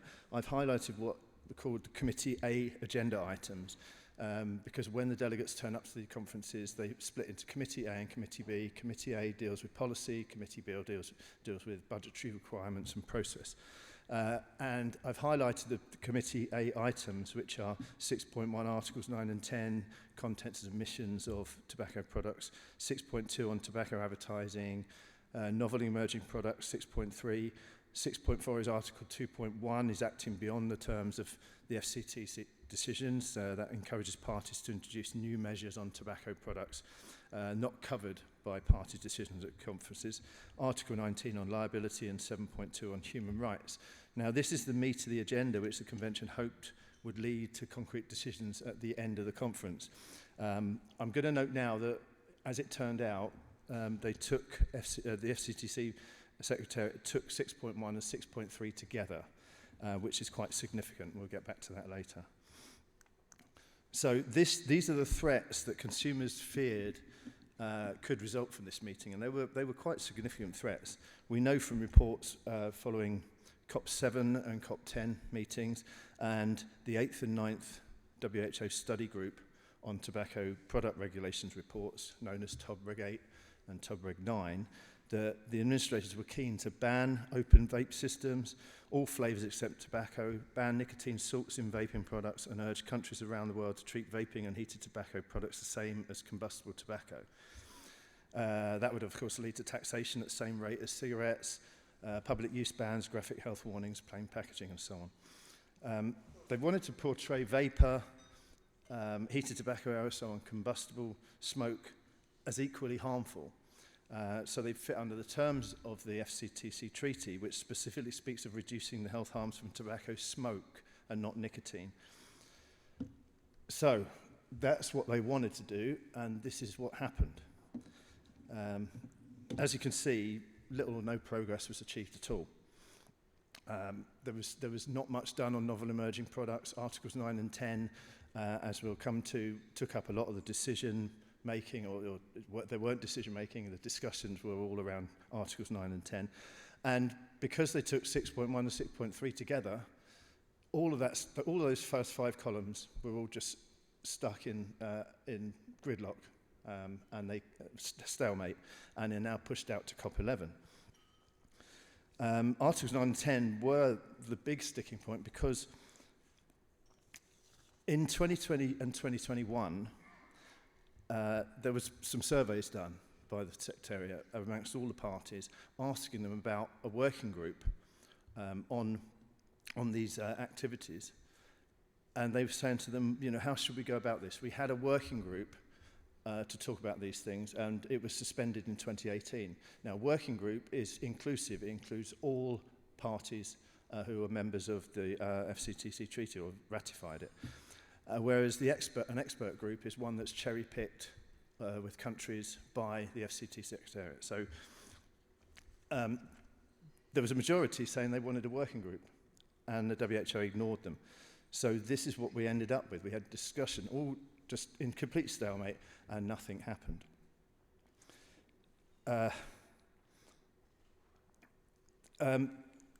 What happened during there is St Kitts and Nevis put in a draft decision. Now, it's quite sad that the treaty itself is very well worded, and it does cover harm reduction products. Article 1D specifically says that harm reduction should be included as a main pillar of tobacco control. And this hasn't been respected by the WHO. And here we have St Kitts and Nevis came out with a decision to say, look, we want the WHO to consider these products, and many other countries do as well. And this kind of led to around about 40 countries objecting to the WHO's approach to harm reduction and saying we can do better on this. So what should we look forward to in COP11? Well, hopefully this will encourage, St Kitts and Nevis' approach will encourage other countries to object, as some did in this conference. There's a lot of intimidation at these meetings, and yet 40 countries thought it worthwhile to stand up to the WHO. So we hope that for the next COP11, which is taking place in Geneva, we'll see a much better approach from the WHO towards these products and much more resistance against their rejection of harm reduction as a policy.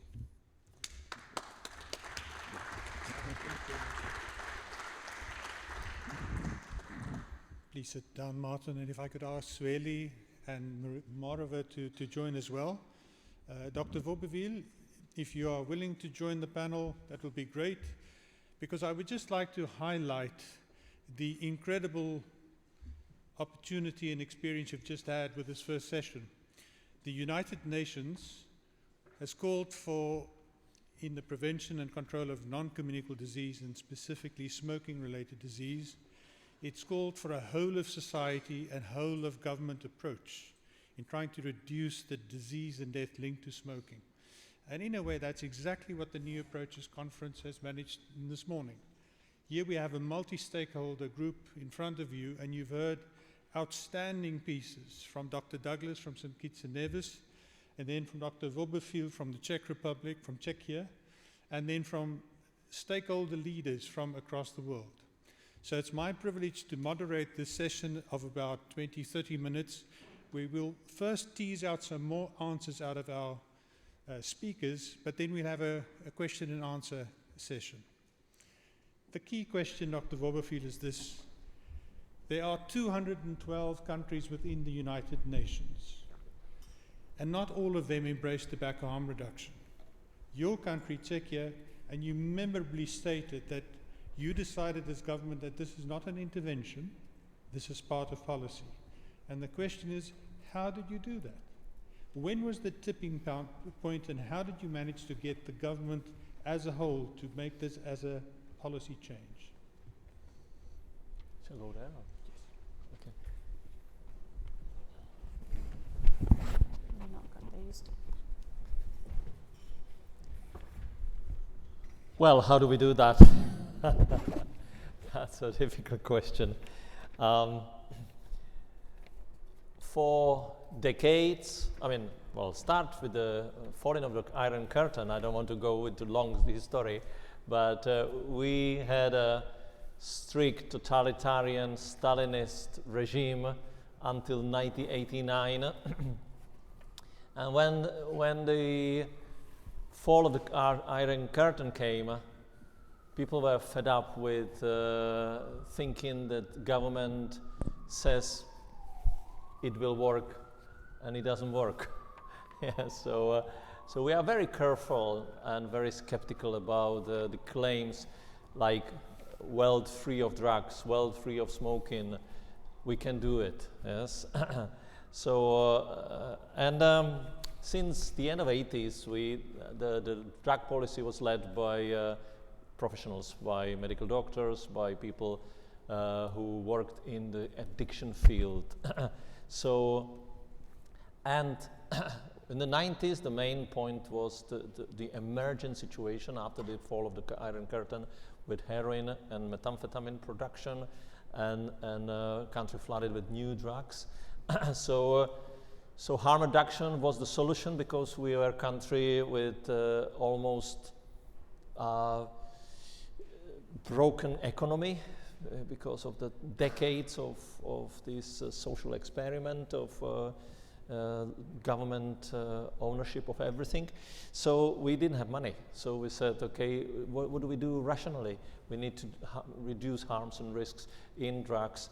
And then, when I came to the power, to the position of national coordinator, 2010, I saw that a lot of services and policies around smoking, around alcohol and gambling were not existent.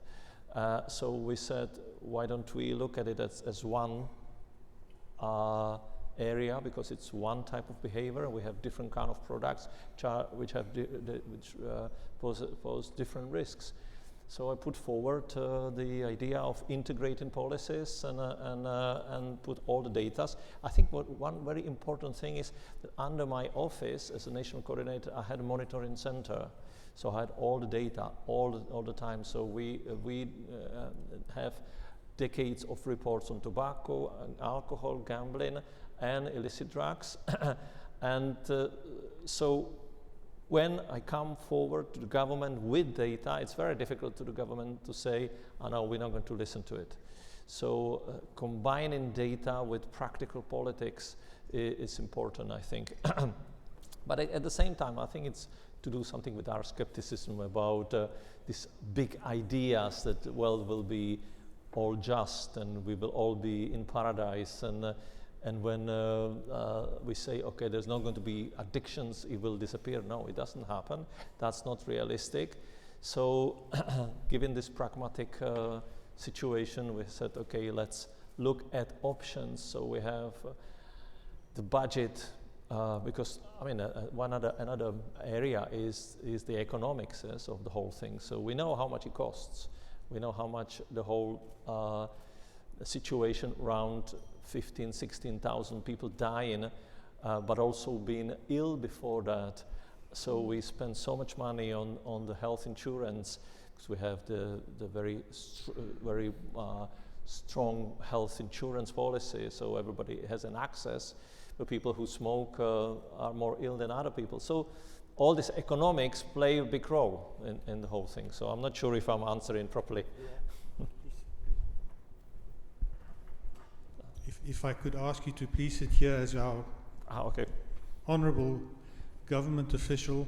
One more question to you, Dr. Vobořil, and that is, during your talk you spoke about your work as a psychoanalyst, where you work with individual patients.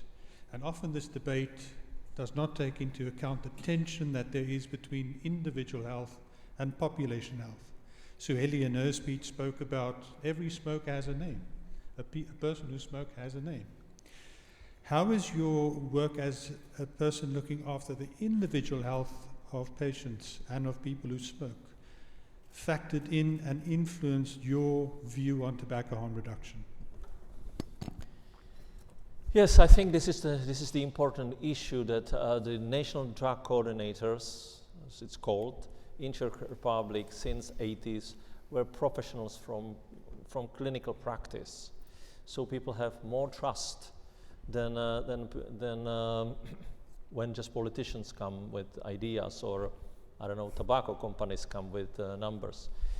And for us, people coming from the clinical practice, it's personal. You are right. Yes, for me, it's not numbers. I see concrete people. I saw people dying. I worked in dying situation with elderly people. I worked with addictions, so I saw people dying with my own eyes. So it's personal, of course. So I have very strong support by media. I think it's quite important. Last year I had 5,000 media releases, media releases, only positive or neutral, because I come with numbers. Even though I'm a government official, I have strong trust because I come from practice and I speak for not only with data but also with experience and with personal view on it. Thank you very much. I think you've given us such a rich understanding of what's happened in Czechia. And as Derek mentioned, there is a report out on the potential lives saved in Czechia if tobacco harm reduction were to be implemented. And I invite you to click on the link later today so that you can look at the numbers, as Dr. Vobořil has just mentioned. A key lesson from the Czechia speech this morning was that through using a pragmatic approach and tobacco harm reduction in concert with tobacco control, they've managed to prevent smoking-related disease, disability, premature death, and as he so aptly put, cost as well. Now moving on to Marewa. Marewa, there was one moment in the speech by Dr. Douglas where he spoke about compassion as a very important part of tobacco harm reduction as a supplement to tobacco control. And I know this is close to your heart. And I'd like to know whether compassion played a role when New Zealand saw the light and embraced tobacco harm reduction. Are we using these mics? I think, yeah. Yes, sure. I think that the lesson here is that there should be more psychologists involved. I'm also from a psychology training background and am a behavioural scientist. So there's not enough of us involved in the work. Of course, medical doctors are fantastic to have and have a very powerful voice, and nurses as well are very important. And we had medical doctors, psychologists, nurses. Nurses have a lot of compassion and bring a lot of compassion to this issue as well. So we had a real mix of people. We had Māori community health workers, so Indigenous community health workers, a real mix. You need that cross-section of people. We had a psychiatrist. When we established End Smoking NZ, which was, we lobbied for snus and then we lobbied for e-cigarettes, and Dr. Ross McCormick came from psychiatry and clinical and research. And he said, very much like what you said, people are not going to stop using psychoactive substances. We need to be pragmatic about this. And he argued for you. Well, it wasn't much of an argument. You know, we all had compassion. And I think also much of my research work, and I used to be a policy analyst as well, as a policy analyst, you're supposed to look at the potential effects, both positive and negative, when you inform government on what policies to go ahead with. I think that looking at the negative consequences has actually become suppressed by tobacco control advocates who want a more restrictive approach, who want more regulation, more and more and more regulation, and more and more and more tax, and really a more authoritarian top-down approach to public health, rather than an Ottawa Charter approach to health, where you educate people, you recognise their autonomy, that it's up to them to choose, but give them the skills, give them the knowledge, and make it easier, make the healthy choice the easier choice. So I think there was some different ideological approaches to public health and to addressing harms, some coming from a more Ottawa Charter background and recognition of autonomy and of people's choices, and also just the pragmatism that people are not going to stop using psychoactive substances and eating flavorful food and you know, creme caramel and chocolate and things like this. Fish and chips even, you know. It's about balancing, as you said, you've got to balance and just provide people with the education, provide them with the factual statistics and information as well. Yeah. Thank you, Marewa. So this is a week where the UN will also have the Summit of the Future. And the big message behind this Summit of the Future is that multilateral solutions are needed for a better future on Earth. And Martin, as part of the Taxpayers Alliance, is an important stakeholder and a voice for, amongst others, the consumers. They seem to be the orphan in this debate. Am I right in saying that, Martin? Is the voice of the consumer heard? And if not, how can we improve that? Yeah, definitely right. As Jindřich said, these products come from consumers. It's consumers buying them. When we went to Panama, it was you're talking about a country where 92% of the black market is 92%. You know, they've signed things banning all harm reduction products, but people are still using them. You can sign a piece of paper, but you can't stop people using them. You have to work with the consumers, work with the public, and what they're likely to accept. So just going around, oh, we're going to ban these products, we don't like them. Well, you're not going to ban them. People are still going to use them. So you've got to work with consumers. You have to talk to consumers. And the one thing the WHO is known for is it refuses to speak to consumers. It throws them out of conferences. It won't include them in anything. It doesn't consult them. It doesn't speak to consumers and ask their advice or their experiences. And they should be doing that, because you can't have a policy that's going to work practically in the real world unless you talk to consumers. Exactly. Thank you, Martin. Now, Sueli, Sweden. If you look at the statistics in the EU Union, Sweden has consistently outperformed all of its EU counterparts in terms of diseases prevented.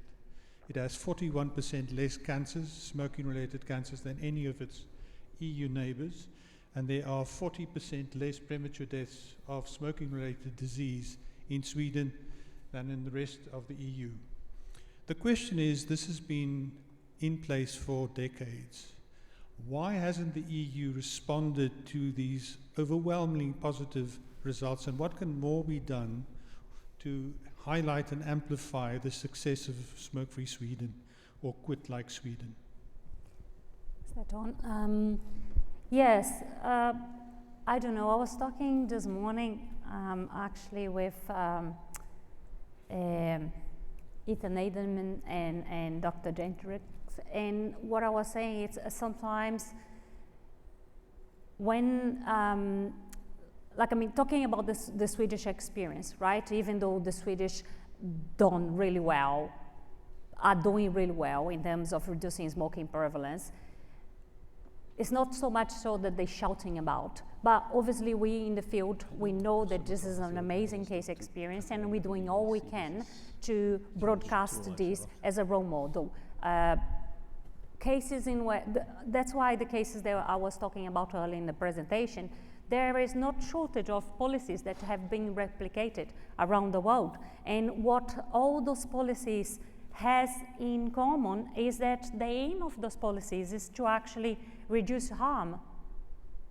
The way might vary, but they all wanted to reduce harm, and that's what we have with risk-reduced products. So I do truly believe that that the Swedish experience is something we should not ignore. The country should look into the best way to replicate that into the countries.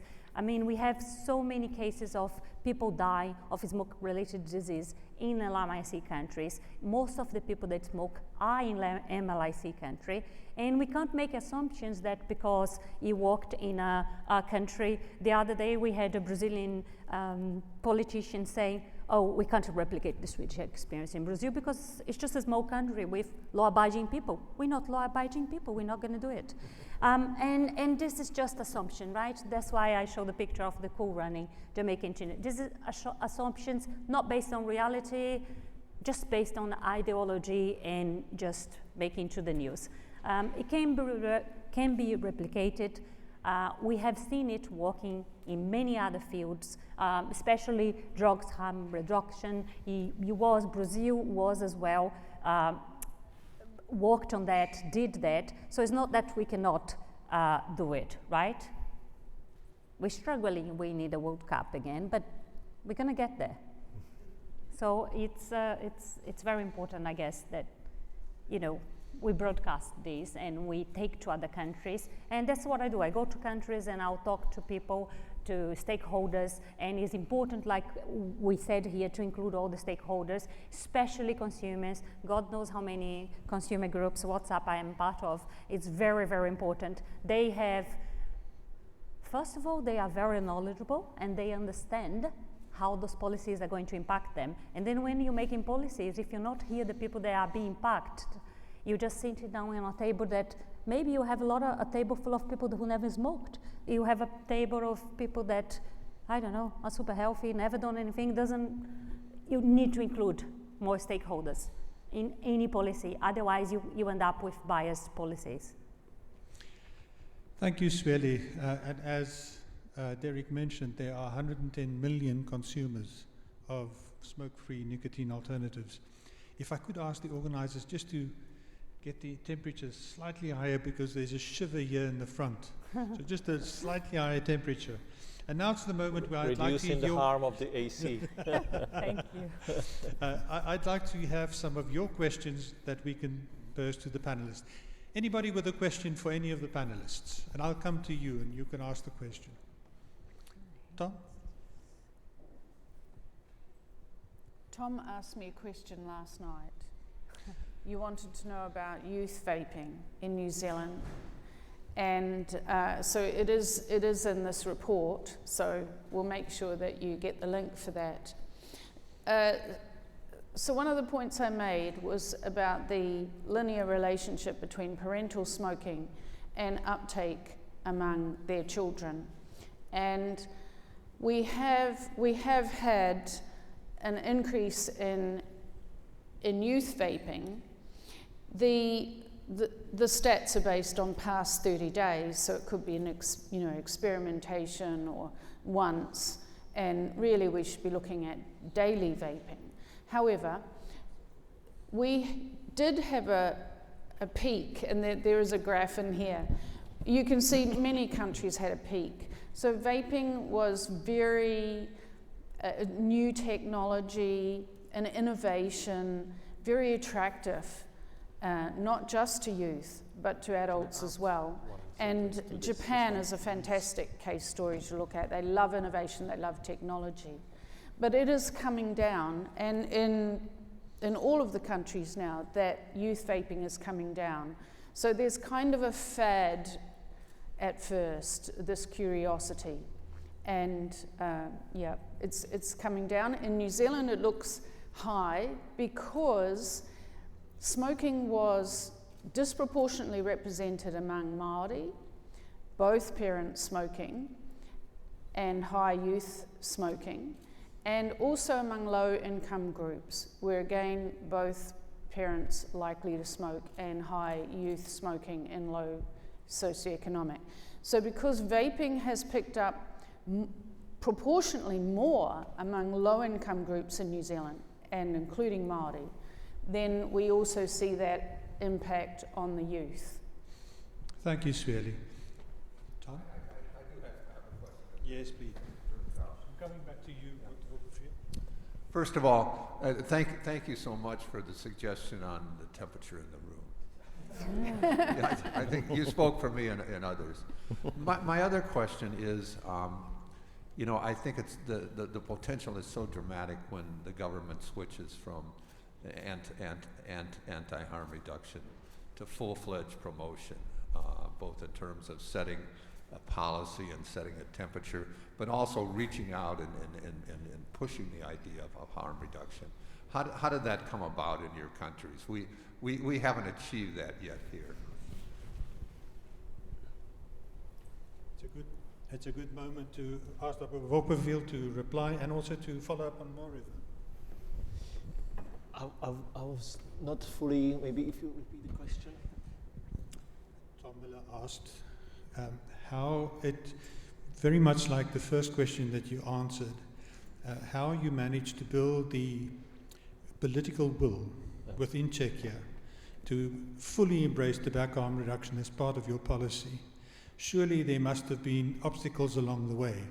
And he, speaking from the US perspective, he wants to understand exactly why Czechia as a country managed to overcome that. I'm sure if you look around the world, who are the people advocating for harm reduction in tobacco policy, very often you will see people who come from the illicit drugs policy, decision makers, let's say, who advocated for harm reduction for decades in the other area. You look at the numbers over and over and over, and you can see at the end the abstinence policy doesn't work. So what else do you have? You can either say, okay, we have nothing else, or you can gear towards minimizing harms and risks. Substitution programs has always been one of the most successful policies in, for example, opioid crisis.